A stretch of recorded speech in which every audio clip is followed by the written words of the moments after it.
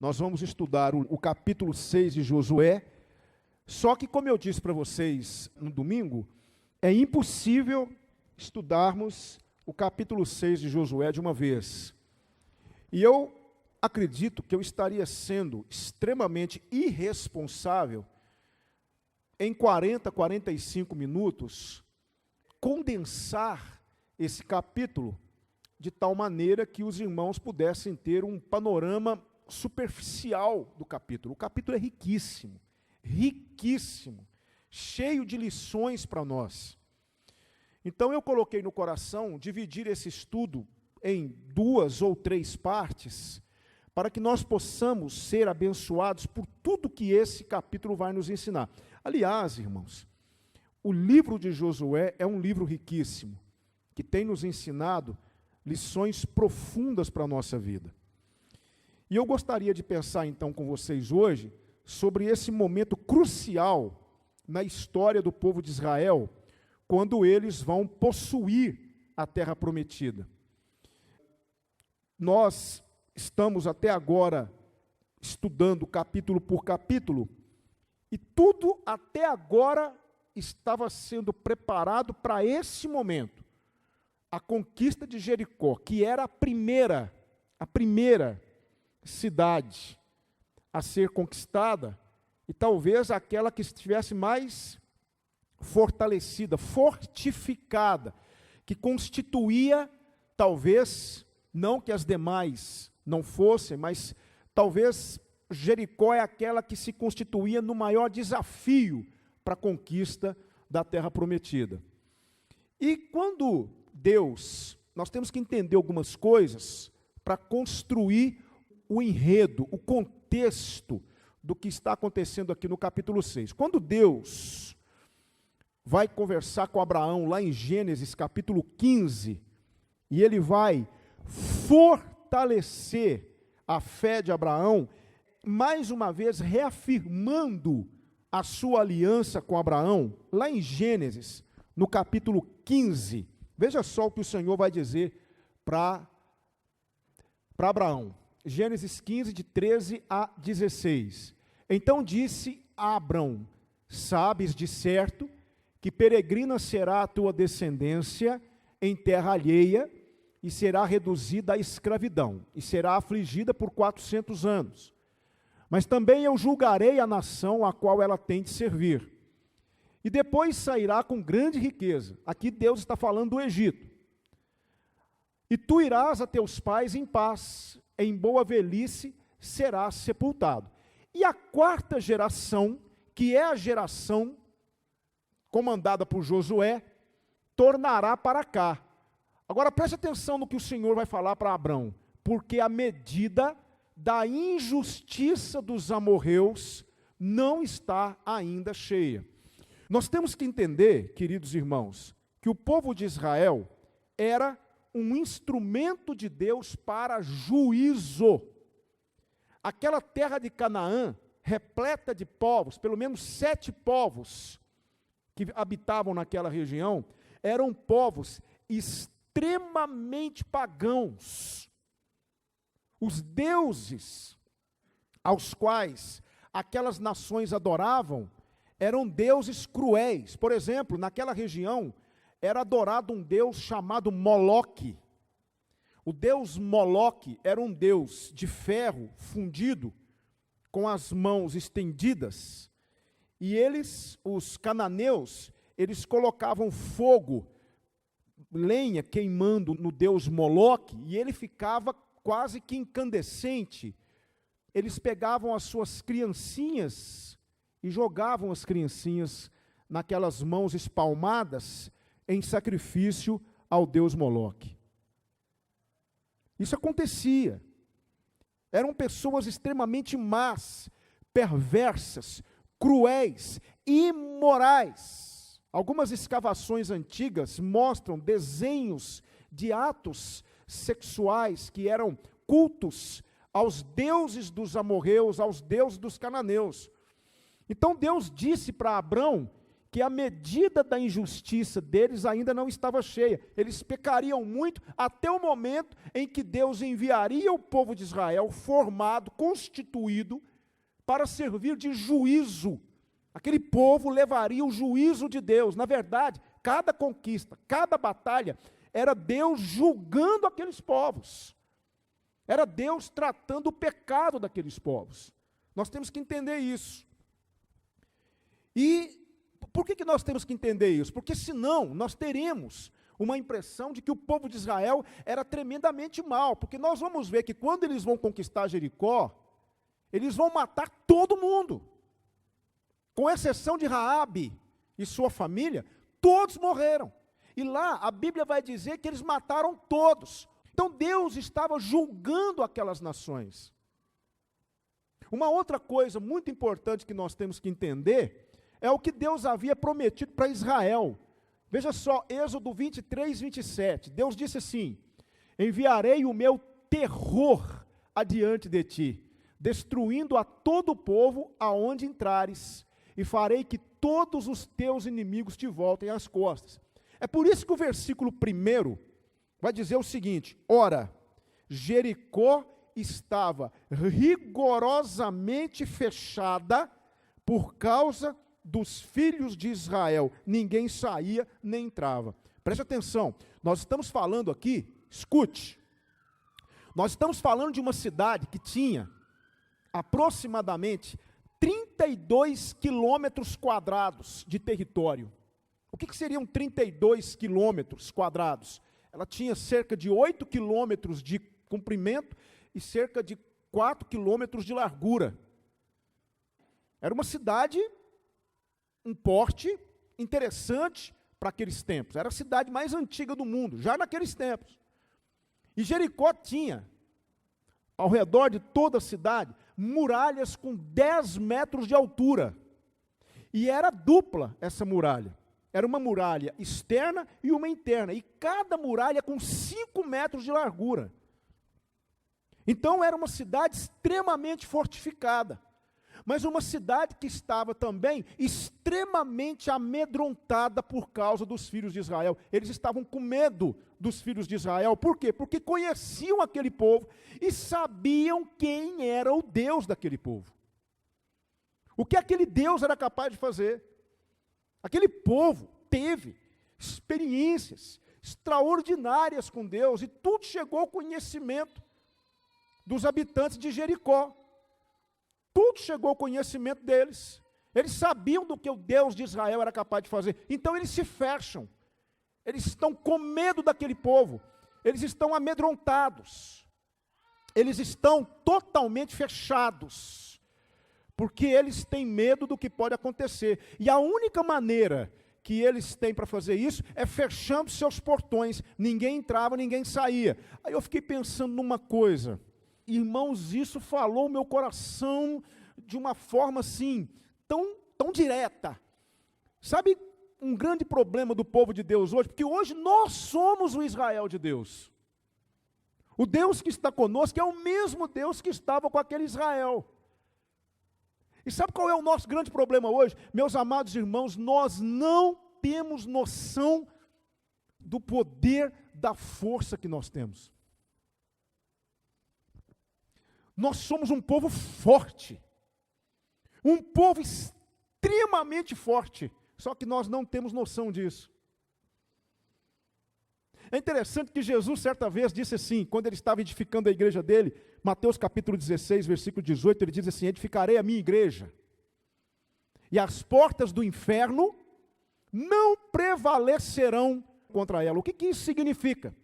Significa que a igreja de Jesus, ela iria até o inferno, arrebanhar as almas de lá, e as portas do inferno não prevaleceriam, as portas do inferno seriam jogadas ao chão, não seriam capazes de impedir o avanço da igreja para dentro do inferno, para arrancar as almas do inferno.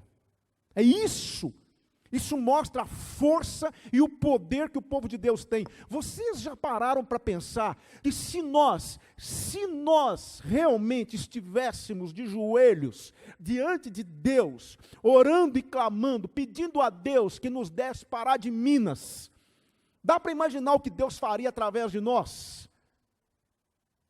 Só que nós não temos feito isso, irmãos, nós não temos tido noção da força que nós temos.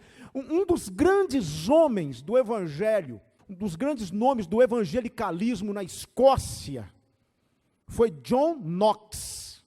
O nome dele é John Knox. Sabe como é que John Knox orava? Ele orava o tempo todo, clamando e chorando a Deus, e na oração dele ele fazia assim: Senhor, me dá a Escócia. Senhor, eu quero ganhar a Escócia para ti. Senhor, quebra o coração dos escoceses. Senhor, fala ao coração dos escoceses. Senhor, me dê a Escócia. Senhor, me dê a Escócia. Senhor, me dê a Escócia. A rainha da Escócia, a rainha Mary, ela disse uma coisa. Ela disse assim, olha só o que a rainha da Escócia falou. Ela disse assim: eu tenho mais medo das orações de John Knox do que de um exército inteiro. Dá para imaginar o que é isso? Dá para imaginar como seria o mundo se a igreja tivesse conhecimento da força que ela tem, irmãos? Você conhece a historinha do dono do circo? O dono do circo pegou um elefante, aquele animal enorme. Eu nem tenho noção de quanto deve pesar um elefante. A força que um elefante tem é uma coisa descomunal. Pois ele pegou o elefante por uma corda, levou o elefante até uma determinada área do circo, e deu uma volta num pedaço de pau que estava no chão assim, e ali o elefante ficou. O elefante ficou lá estático, por horas. Uma pessoa observou aquilo, chegou perto do dono do circo e falou assim: mas ele não tenta sair, ele não tenta se soltar? É a coisa mais fácil. Aí o dono do circo disse para ele assim: que isso, rapaz? Ele não sabe a força que tem. Ele não tem noção da força que ele tem. Esses somos nós, irmãos. Nós não temos noção da força e do poder que está em nossas mãos. Nós estamos assistindo passivamente. Estamos ou não estamos, irmãos? Estamos assistindo passivamente as pessoas irem para o inferno e nós não estamos lançando mão da força que nós temos. O mundo hoje nem se preocupa em se fechar, porque o mundo hoje se tornou um parceiro da igreja. Amigos íntimos. A igreja não dá mais trabalho para o mundo. Tem uma igreja uma casa de shows, queria abrir uma unidade pertinho de uma igreja. E o pastor lutou e pôs a igreja para orar, e começou a batalhar, e começou a lutar. E pôs a igreja de joelhos, para que aquela casa de shows não fosse aberta perto da igreja. Irmãos, aconteceu lá alguma coisa e a casa de shows não foi aberta. Por quê? Porque o povo de Deus lançou mão da força que tem. Nós somos fortes, irmãos. O problema é que nós não estamos utilizando da força que nós temos. É por isso que Pará de Minas ainda, uma grande parte de Pará de Minas está indo para o inferno, porque a igreja de Jesus não tem se comportado como o povo de Deus na cidade. Porque nós somos fortes. O povo de Deus lá, Israel, era tão forte que Jericó se fechou.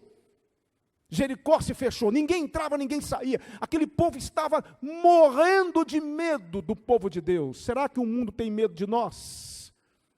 Aquele povo lá, aquela igreja primitiva, aquele povo simples, que não tinha absolutamente nenhum recurso tecnológico, não tinha nem templo para se reunia nas casas. A Bíblia diz que eles transtornaram o mundo. Eles colocaram o mundo de cabeça para baixo, simplesmente com o poder da oração, lançando mão da força que tinham. Era um povo extremamente forte. Nós também somos igreja. Mas nós temos que lançar mão dessa força. Nós temos que estar diante de Deus, clamando.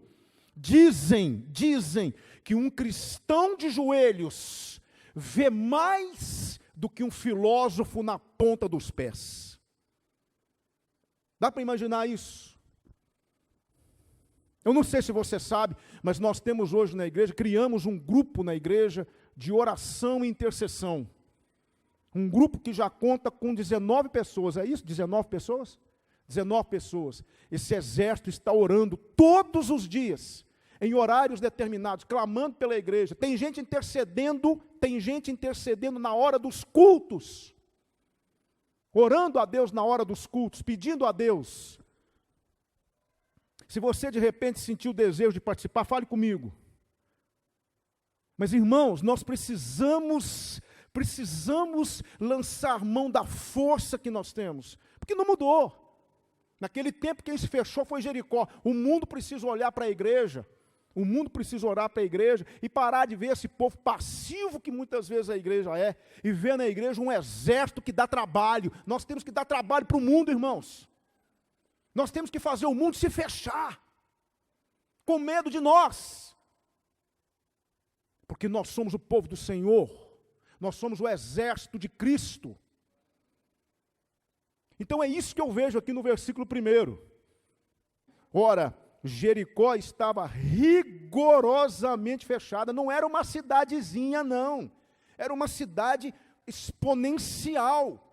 Eram muralhas, era uma cidade que estava fortificada, era praticamente impossível penetrar naquelas muralhas. Jericó poderia ter confiado na força das muralhas, mas aquele povo que estava a 3 quilômetros de distância é um povo diferente. Feche os portões, vamos nos fechar, porque aquele povo ali não é brincadeira. Ó Deus Todo-Poderoso, desperta o coração da tua igreja para que nós possamos lançar a mão da força que vem do Senhor, porque nós somos fortes. Nós somos fortes. Isso não é para nos envaidecer, isso é para despertar em nós o senso de missão que precisamos ter. Nós precisamos sacudir essa cidade com o Evangelho. Precisamos mostrar para essa cidade que nós não somos simplesmente um povozinho que se reúne 3 vezes por semana. Nós servimos um Deus verdadeiro, Criador dos céus e da terra, e que diante do qual muralha nenhuma subsiste. Entende, irmão? Então eu aprendi essa primeira lição aqui, quando eu vi essa questão. Aí no versículo 2, preste atenção no versículo 2. O versículo 2 diz assim: então disse o Senhor a Josué, olha, tenho dado na tua mão a Jericó, o seu rei e aos seus homens valorosos. É interessante que o Senhor não falou assim, olha, eu te darei. Deus não disse no futuro, eu te darei. Olha o tempo do verbo. Deus disse assim, tenho dado. Jericó já é de vocês. A terra prometida é de vocês. Jericó está lá, prontinha, para ser entregue para vocês. Deus não disse que daria. Jericó já era uma possessão de Israel. Eles só precisavam tomar posse. Ela estava lá, mas o povo precisava ir em busca dela. Meus irmãos, a caminhada cristã é uma caminhada pela fé. Ou eu creio, ou eu não creio. Ou eu acredito naquilo que Deus disse, ou eu não acredito. Não vivemos, irmãos, nós não vivemos nesse mundo buscando vitórias. Nós vivemos em vitória. Entende? Nós somos um povo vitorioso. Nós servimos um capitão, um vencedor invicto, que nunca conheceu derrota. Então nós somos esse povo. Então eu quero crer, escute, eu vou dizer isso para você com toda a convicção do meu coração. O que eu vou te dizer agora, eu vou falar para você, produto da minha convicção. Meus queridos, eu não sei o que é que você tem colocado diante de Deus em oração, eu não sei quais são os pedidos que você tem apresentado para o Senhor. Eu não sei se existem situações que você tem colocado diante de Deus, mas meus amados irmãos, nós precisamos desenvolver em nós a capacidade, a habilidade de crer naquilo que nós estamos colocando diante de Deus. Não é simplesmente falar. A oração, quando você fala, quando você pede, quando você coloca diante de Deus, a oração não é simplesmente uma apresentação de palavras de alguém que sabe que precisa falar com Deus. A oração, ela tem que vir acompanhada de algo que é simplesmente indispensável: fé. Por que Deus disse para Josué, eu tenho dado? Porque Josué cria nisso. Josué nunca, observe que Josué não contesta, Josué não argumenta. Na semana passada nós vimos Josué olhando as muralhas de Jericó. Talvez naquele momento ele estava pensando, como é que nós vamos conquistar essa cidade, o que é que Deus pretende fazer. Aí Deus se apresenta para Josué: eu venho como príncipe do exército do Senhor, tira os calçados dos pés, porque no lugar onde você está é terra santa. Agora Josué está ali diante do Senhor que havia falado com ele, e o Senhor disse: Josué, escute, eu tenho dado a você. Por que Deus falou isso para Josué? Talvez Josué naquele momento estava questionando, como? Mas Deus diz, eu tenho dado. Observe que Deus ainda não falou como, eu tenho dado. E Josué crê, irmão.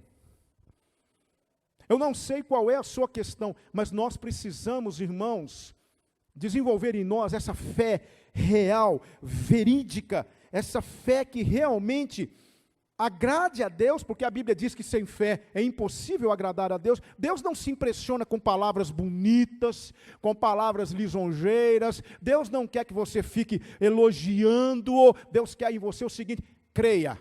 Eu me lembro quando Moisés estava lá, do texto, quando Moisés estava diante do Mar Vermelho, e o povo, e agora, não é? E agora, os egípcios chegando, o mar na frente, e o povo, como sempre, reclama, e aí Deus olha para Moisés, antes de Moisés falar qualquer coisa, Deus olha para Moisés e disse assim: por que clamas a mim? Diz aos filhos de Israel que marchem.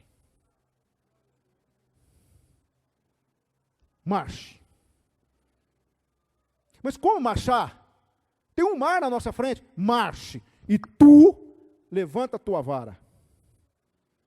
E o que aconteceu? O povo foi, o povo atravessou, porque esse é o mecanismo, esse é o diferencial, é isso que Deus quer ver em nós. Não adianta ter conhecimento teológico, não adianta conhecer todos os livros da Bíblia, não adianta conhecer versículos de cor, não adianta determinar, não adianta profetizar, não adianta nada disso.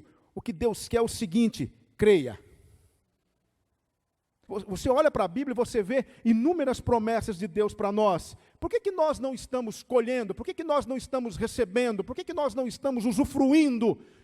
Porque infelizmente ainda não temos tido o fator que diferencia a fé, o crer.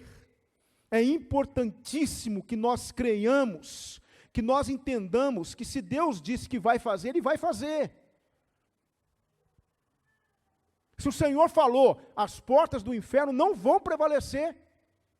Nós temos que crer. Como? Indo até os pecadores, pregando, evangelizando, falando, mostrando a verdade, crendo que se o Senhor disse que não vai prevalecer, não vai prevalecer. Então naquele momento Deus está ali mostrando para Josué: Josué, eu tenho dado, Jericó já é de vocês, não fique preocupado com o tamanho da muralha, não fique preocupado com a largura da muralha, Jericó já é de vocês, eu tenho dado, agora vocês têm que tomar posse, ele está lá, vai buscar Jericó, Josué. O que você tem que colocar diante de Deus em oração, irmão? Responda com sinceridade, não para mim, não precisa responder para mim, responda, o que você tem pedido para Deus, você realmente crê que Deus pode? Você tem pedido o que para Deus? Qual é a muralha que você tem pedido para Deus derrubar na sua vida? Você crê que Ele pode? Pastor, mas isso é difícil demais. Espera lá, você está falando comigo, não é? Porque o meu conceito de difícil, o meu conceito de impossível é um. O conceito de impossível para Deus é outro. Então, irmão, creia. Creia que Deus pode, e se porventura a sua fé ainda não é aquela fé madura, aquela fé suficiente para a muralha cair, fala com Deus como aquele pai disse para Jesus: ajuda a minha incredulidade. Senhor, eu tenho sido um membro de igreja excelente, eu tenho sido um pregador excelente, eu tenho sido um cantor excelente, eu tenho procurado conduzir o meu ministério de maneira eficaz, mas eu reconheço, Senhor, que tem faltado fé em mim. Eu reconheço que a minha fé não é a fé que o Senhor espera. Eu quero ter mais fé, eu quero crer de verdade, Senhor. Eu não quero simplesmente dizer, Senhor, faça isso, e simplesmente fechar a porta do meu coração e esperar o resultado. Eu quero crer. Uma irmã de igreja, né? O pastor um dia estava falando sobre fé na igreja, e aí o pastor disse que Jesus tinha dito que se nós tivéssemos fé do tamanho de um grão de mostarda, nós diríamos para a montanha, sai daqui para lá, e a montanha sairia. Jesus não disse isso? E aquela irmã tinha um problema na casa dela, ela tinha um monte, assim, bem na frente da janela da casa dela, que impedia o sol de iluminar a casa dela na parte da manhã. Ela lembrou do que o pastor tinha dito. Aí ela abriu a janela da casa dela, chegou do culto, colocou a mão em direção ao monte e disse, monte, eu te ordeno, sai daí. Amanhã eu não quero te ver mais aí. Eu tenho fé. E fechou a janela. E foi dormir. Acordou assim, bem empolgada. Levantou correndo. Abriu a janela. Tcharam! O que você acha que aconteceu? O monte estava lá. Ela sabia que você não ia sair. Não sei para quê que eu orei, eu sabia que não ia sair. Não é assim que nós temos nos comportado muitas vezes? Estou orando, às vezes nós oramos porque alguém pede. Às vezes eu oro por desencargo de consciência. É ou não é verdade? Às vezes eu oro pelo meu familiar, por quê? Eu não quero conviver com a ideia de que eu estou sendo insensível. Então eu vou orar pelo meu pai, eu vou orar pela minha mãe, eu vou orar pelo meu irmão, eu vou orar pelo meu filho. Mas lá no fundo, bem lá no fundo, mas bem lá no fundo mesmo, você sabe que não tem jeito.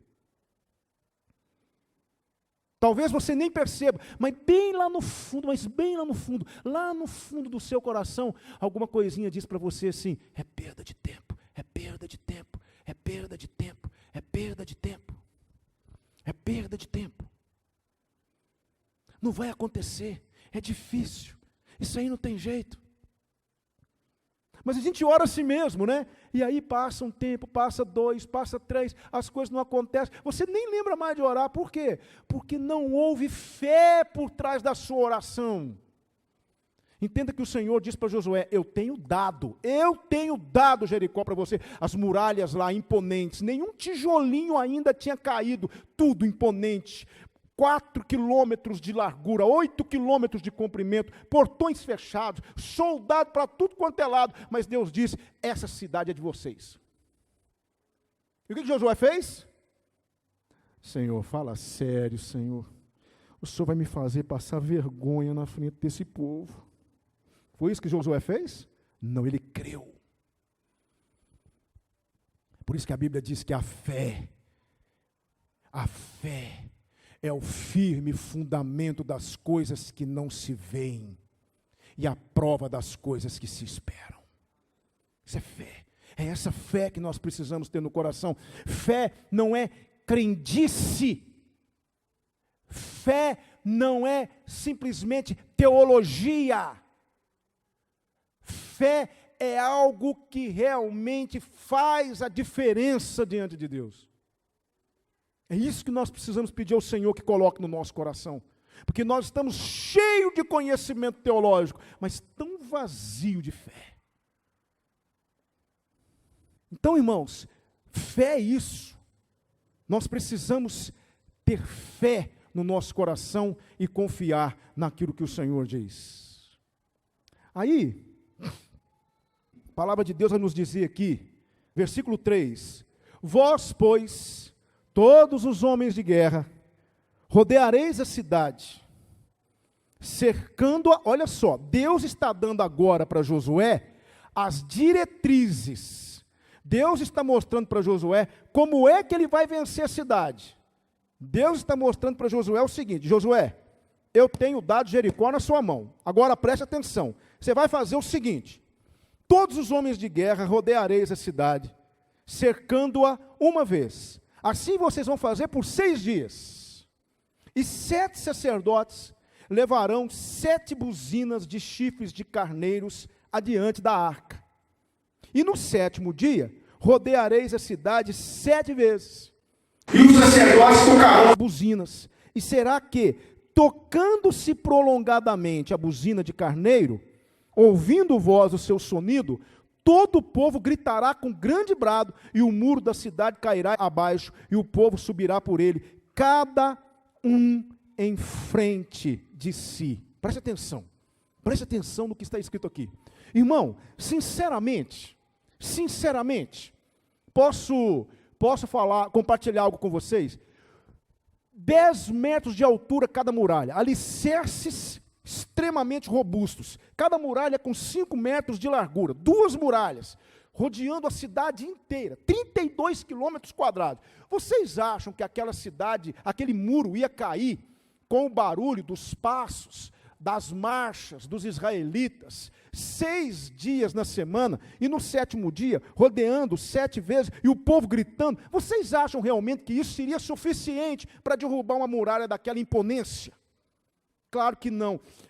Cá entre nós, eu vou falar bem baixinho, para não escandalizar. É loucura.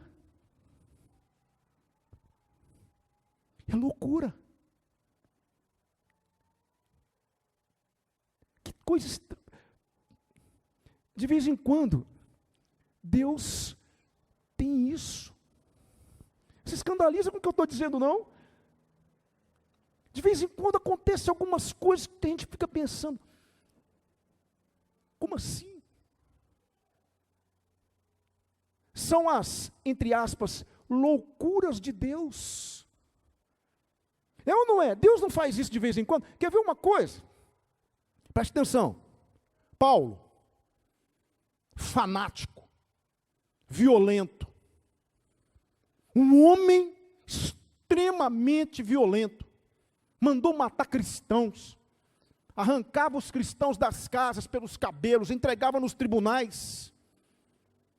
Um fariseu, para ninguém colocar defeito mesmo, um homem que levou a sério mesmo o judaísmo, de tal maneira que via o cristianismo como um inimigo. Um homem que se levantou ferrenhamente contra a igreja, perseguiu a igreja, violento. Deus pega esse homem no caminho de Damasco e torna-o o maior expoente da fé cristã. Quando ele começou a pregar na sinagoga para os judeus ficaram assim atônitos e disseram assim: mas espera lá, esse aí não é aquele que perseguiu os cristãos? Esse aí não é aquele que maltratava os cristãos, que arrastava os cristãos pelos cabelos? Esse aí não é aquele que consentiu na morte de Estevão? O povo não entendia. Olha só que loucura! O céu cercado de glória e majestade, honra e poder, sendo louvado pelos anjos, adorado pelos seres celestes, por toda a criação, na plenitude dos tempos, conforme Gálatas 4 nos diz. Ele deixa a sua glória, vem a esse mundo, assume a forma humana, sangue passa a correr nas suas veias, um corpo humano, é um bebezinho, cresce como todo mundo, era o legítimo herdeiro do trono de Davi, porque ele veio da tribo de Judá, assume o seu ministério e vai para a cruz. O pior tipo de morte a qual alguém podia ser submetido, vai para a cruz. Aí um grego olhava isso, olhava os cristãos adorando um Deus crucificado, e falavam assim: vocês são loucos, que loucura é essa, que religião é essa de vocês, adorar um Deus crucificado? Adorar um Deus crucificado. Lá em Roma, vocês lembram quando nós estávamos estudando aqui Romanos? Havia uma figura de Jesus crucificado com cabeça de burro. Os romanos zombavam dos cristãos, porque o Deus deles tinha sido morto numa cruz. Aí, olha só, olha que coisa maravilhosa desse versículo aqui. Ah, não está aqui não. Aí, eu me lembro de 1 Coríntios 1, 27 e 28. Deixa eu ver aqui, gente, se está aqui. Sim, 1 Coríntios 1, 27 e 28. Mas Deus escolheu as coisas loucas deste mundo para confundir as sábias. E Deus escolheu as coisas fracas deste mundo para confundir as fortes. E Deus escolheu as coisas vis desse mundo e as desprezíveis e as que não são, para aniquilar as que são. É justamente a cruz o elemento da nossa glória. É aquele Cristo que está crucificado e que ao terceiro dia ressuscita, que é o responsável por toda a transformação e modificação no coração do homem. É a loucura de Deus. Aí eu aprendi uma lição aqui, porque Deus falou para Josué: Josué, pega os soldados, rodeia 6 dias a cidade, no 7º dia rodeia 7 vezes e manda o povo gritar. É assim que vocês vão destruir o muro. Que loucura! Mas eu aprendi uma coisa, que eu quero compartilhar com você. Eu aprendi o seguinte: não estamos nesse mundo para questionar os planos de Deus, mas para crer nele. As loucuras de Deus são a nossa glória. Você já reparou que de vez em quando, começa a acontecer algumas coisas na sua vida que você não entende? Começa a acontecer algumas coisas na sua vida que você não compreende. Umas coisas estranhas. E você pensa assim: gente, mas eu não estou entendendo por que está acontecendo isso comigo. Eu tenho levado Deus a sério, eu tenho vivido diante de Deus, eu tenho cumprido com o meu ministério, eu tenho trabalhado diante de Deus, eu não entendo por que tem acontecido isso na minha vida, eu não entendo, eu não compreendo. Sabe o que é isso? Pode ser uma loucura de Deus para aperfeiçoar você, para melhorar você. São as loucuras de Deus que acontecem às vezes na nossa vida. São as loucuras de Deus. Então eu não estou nesse mundo para questionar. De vez em quando tem algumas peças nesse quebra-cabeça que não se encaixam. Você não entende por quê. Você não compreende. O que eu tenho que fazer? Vocês não acham que de repente pode ter havido na cabeça deles uma dúvida? Mas por quê? Mas como assim? Mas o que isso vai fazer muralha? Como é que nós vamos derrotar Jericó? Mas como é que nós vamos entrar em Jericó? Marchando em torno da cidade?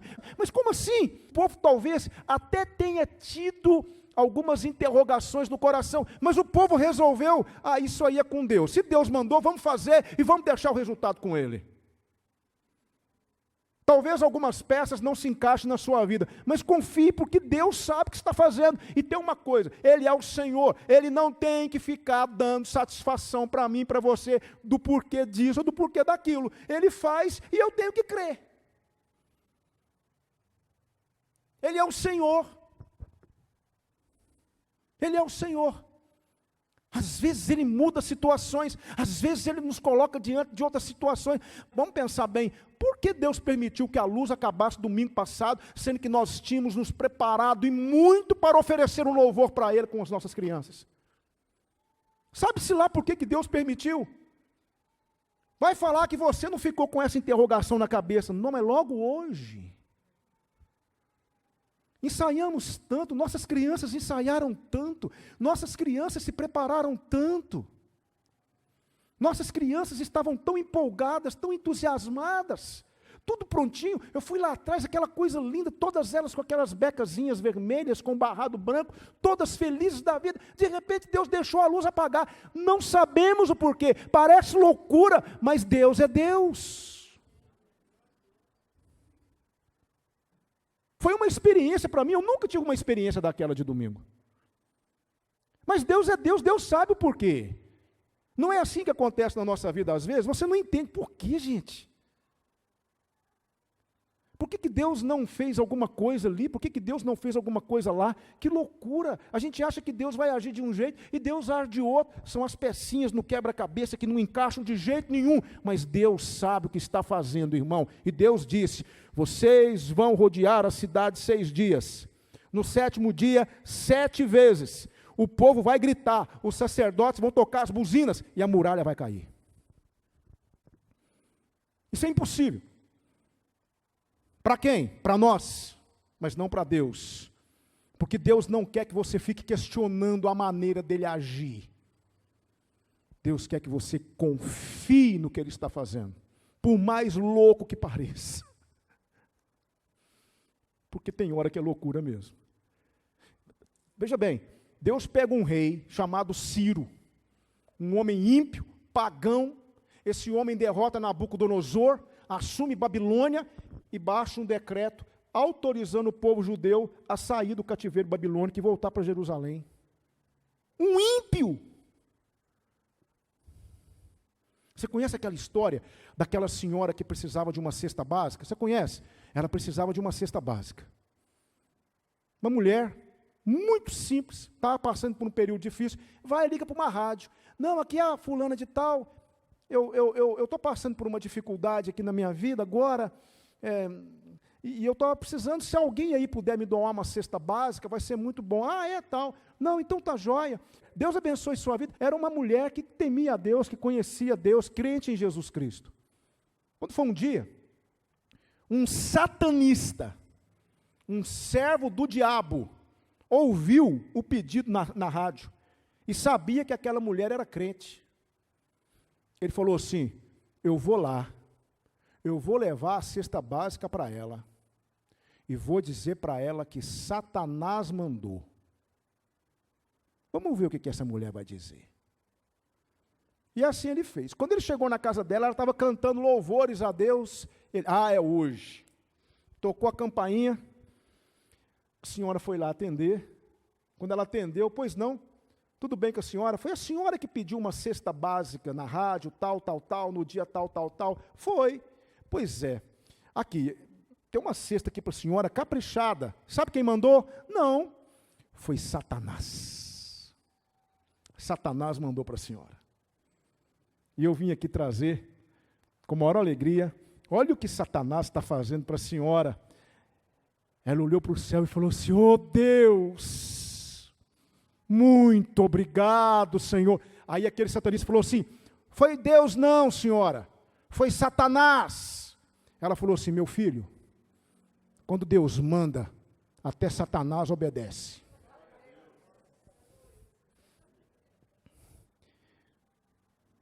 Às vezes é loucura, ou não é loucura? Que coisa estranha. Mas vamos confiar, porque Deus sabe o que está fazendo. O que Deus queria do povo aqui? Obediência, confiança. E o povo naquele momento, não questionou. Tudo bem, vamos fazer. Se é isso que nós temos que fazer, vamos fazer. Eu aprendi aqui, nesse bloco, também algumas lições que eu quero compartilhar com você. Além dessa que nós acabamos de ver, eu aprendi mais algumas lições aqui que eu queria compartilhar com você sobre o porquê de Deus ter feito isso. Quer dizer, ainda demorou 7 dias para Jericó ser destruída. E eu aprendi mais algumas coisas que eu queria compartilhar. A primeira coisa que eu aprendi foi isso. Deus é um Deus de oportunidades. Sabe o que Deus estava fazendo? Ele estava dando uma oportunidade para que os habitantes de Jericó reconhecessem a sua graça e se arrependessem. Entende? Por que Josué já não invadiu e Deus já fez tudo que tinha que fazer? Não, eu vou fazer, mas daqui a 7 dias. E cada vez que o povo marchava, demorava. Imagina você rodear uma cidade com 32 quilômetros quadrados. Não era uma coisa que você fazia num estralar de dedos. Demorava, mas os soldados viam aquele povo marchando e cada marcha, cada momento era uma oportunidade que Deus estava dando para que aqueles homens e mulheres, para que aquelas pessoas pudessem se arrepender. Escute uma coisa, nosso Deus é um Deus de oportunidades. Mas um dia, escute, um dia a porta fecha. Fecha ou não fecha? Lembra de Noé? Noé construindo a arca e pregando, construindo a arca e pregando, construindo a arca e pregando, até que Deus um dia falou assim, entra na arca. Noé entrou com a família e Deus fechou a porta, acabou. Eu não sei se há alguém aqui nessa noite que está recebendo o tempo inteiro, Deus está falando ao seu coração, Deus está dizendo, muda, toma uma atitude, mude o seu comportamento, mude a sua posição, mude a sua forma de ser, mude seu jeito de falar, mude sua maneira de pensar, e Deus está avisando, está avisando, está avisando, está avisando. Chega um momento que não tem jeito mais. O juízo vem, irmão. Jericó teve 7 dias para reconsiderar as suas atitudes diante de Deus. Não teve jeito, o juízo veio. Hoje é o dia, se porventura for necessário, hoje é o dia para você se arrepender. Corrigir alguma coisa diante de Deus, antes que o juízo de Deus venha sobre você. Deus está te avisando, Deus está mostrando, mude. Talvez Deus esteja falando com você nessa noite. Então eu aprendi essa lição. Uma outra lição que eu aprendi, que Deus é um Deus que começa e termina. Preste atenção, preste atenção. Olha o número 7 aqui. Quantas vezes se falou de número 7 aqui? Veja bem. Todos os homens de guerra rodeareis a cidade, cercando uma vez, assim farei por 6 dias. 7 sacerdotes levarão 7 buzinas de chifres de carneiro diante da arca, e no 7º dia rodeareis a cidade 7 vezes, e os sacerdotes tocarão a buzina. O número 7 é um número sagrado para os judeus. O número 7 no hebraico, é shevar, que significa o quê? Significa completude. Isso dá a ideia de que Deus é aquele que começa e termina. Ele começou a criar o mundo e terminou. Aí ele abençoou o 7º dia. Ele fez 7 promessas para Abraão e cumpriu uma por uma. Nosso Deus é aquele Deus que começa e termina. E aí eu me lembro do que Paulo disse lá em Filipenses 1,6, tendo por certo isso mesmo, que aquele que em vós começou a boa obra, a aperfeiçoará até o dia de Cristo Jesus. Nós temos pedreiros aqui. Agora preste atenção, quando é que o pedreiro para a obra? O pedreiro para a obra quando o dono chega e fala assim, não tem mais dinheiro, vou parar a obra. Quem manda parar a obra é o dono, não é o pedreiro não. Estou certo, Antônio Marcos? Estou certo, Alisson? E outros pedreiros que porventura estiverem aqui. Quem manda parar a obra não é o pedreiro não, quem manda parar a obra é o dono da obra, é ou não é verdade? Deus é o construtor. Se você não agir, se você não permanecer em Deus, a obra para, querido. Quando é que Deus completa a obra? Quando você permanece nele. É aí que ele completa a obra. Então, para que Deus possa completar a obra na sua vida, você tem que permanecer no Senhor. Porque ele começa e termina. Então, Deus estava colocando diante do povo o seguinte, olha, eu comecei e eu termino. Comecei essa história lá em Abraão. Aí de Abraão passou para Isaac, de Isaac passou para Jacó, de Jacó passou para José, de José passou para Moisés, Moisés passou pelo deserto, aí no deserto passa para Josué, e vocês estão aqui agora, e eu vou concluir isso. Entende, querido? Deus começou uma boa obra em você, e Ele vai completar, mas você precisa permanecer, você precisa crer, você precisa realmente contribuir. Não é que Deus precisa da sua ajuda, mas irmão, deixa Deus te conduzir, querido.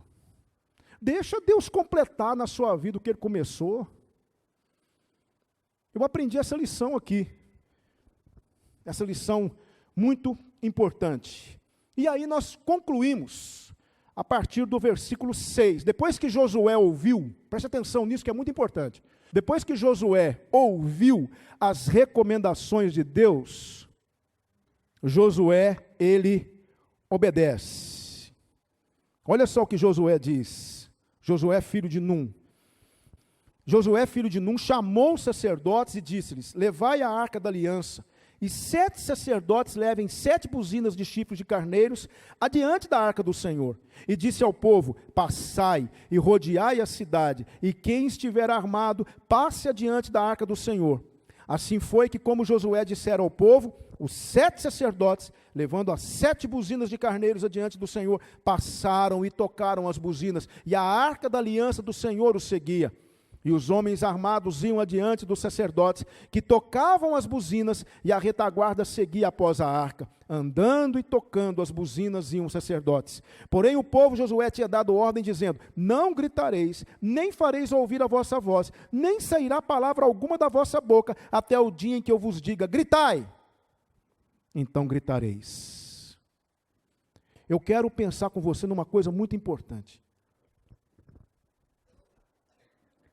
Observe que todos se envolveram na questão. Eu vou dizer uma coisa para você aqui agora. É óbvio que tem pessoas aqui que têm a memória melhor do que a minha. Mas não há, pelo menos eu não me lembro agora, um único milagre na palavra de Deus que não tenha exigido, nem que seja uma participação ínfima daquele que precisou do milagre.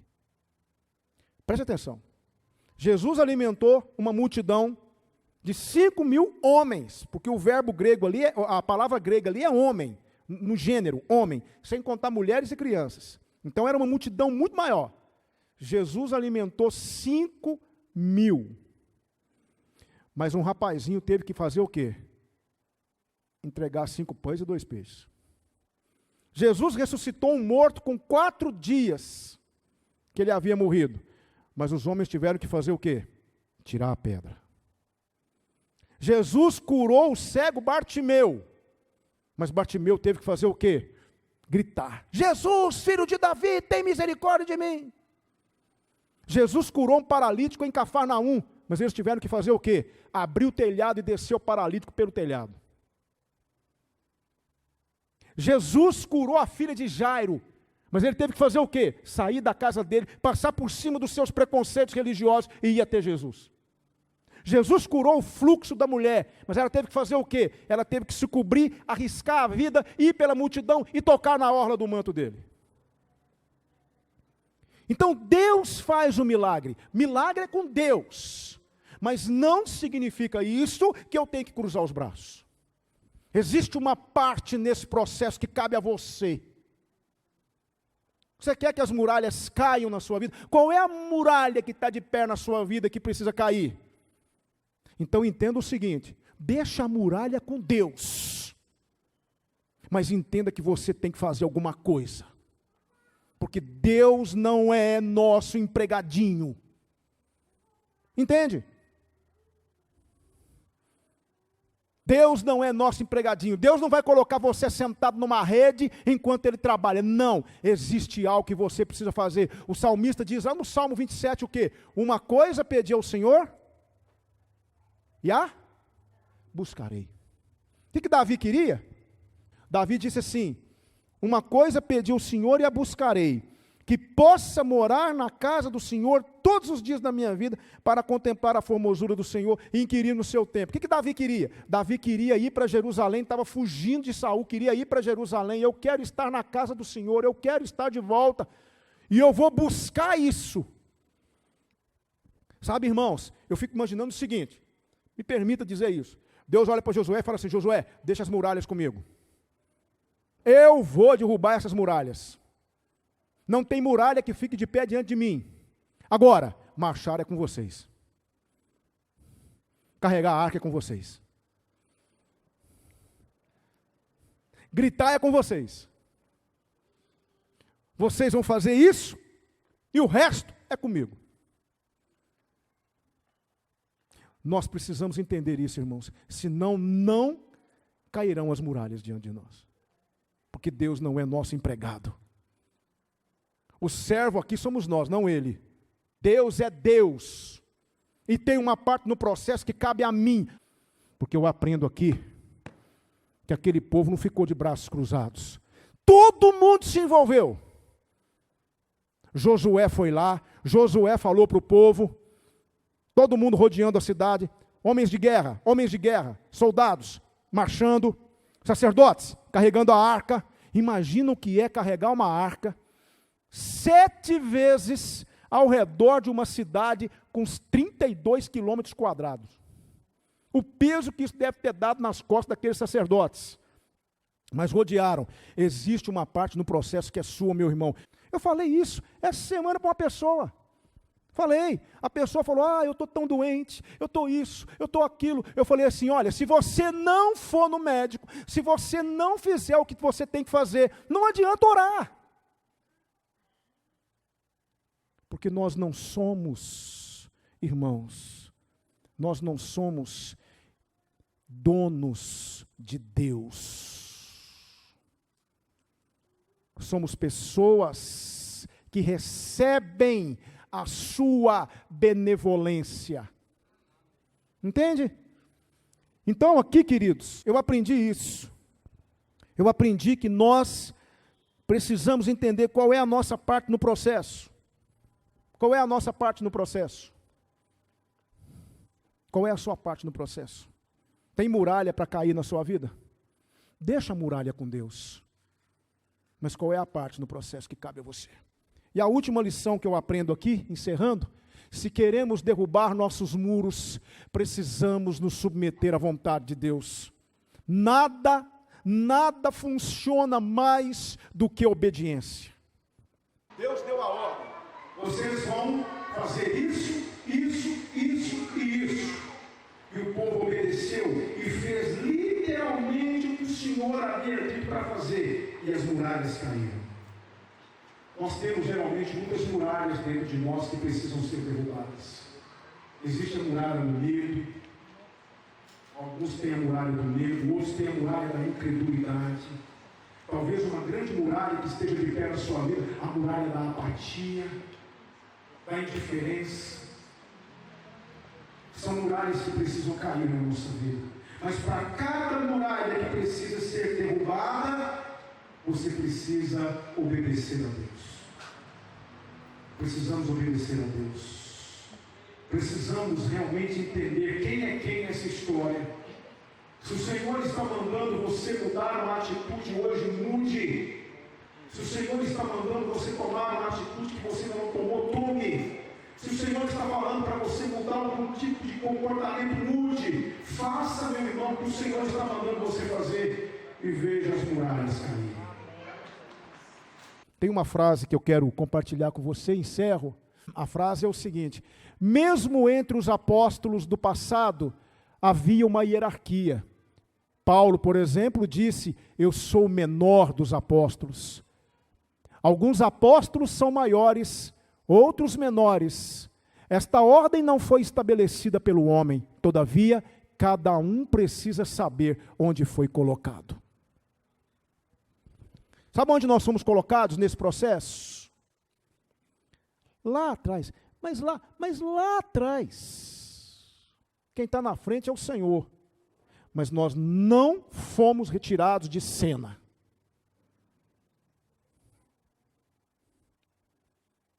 Obedeça o Senhor. Seja obediente.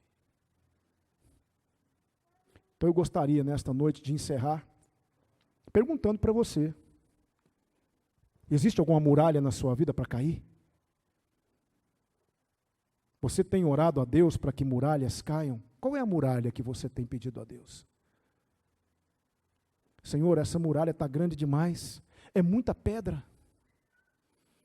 Mas o que é uma muralha para Deus? Quando há fé, quando há confiança, quando há predisposição à obediência. O que é uma muralha para Deus? Talvez você ache que é impossível, talvez você ache que é algo que nunca vai acontecer. Meu querido, o problema não está em Deus, o problema está em você. Talvez tenha muralhas para serem quebradas no seu casamento, na sua família. Tem muralhas para serem quebradas no seu trabalho. Nós estamos o tempo todo lidando com muralhas. Mas nós precisamos, irmãos, entender que nós servimos a um Deus especialista em derrubar muros.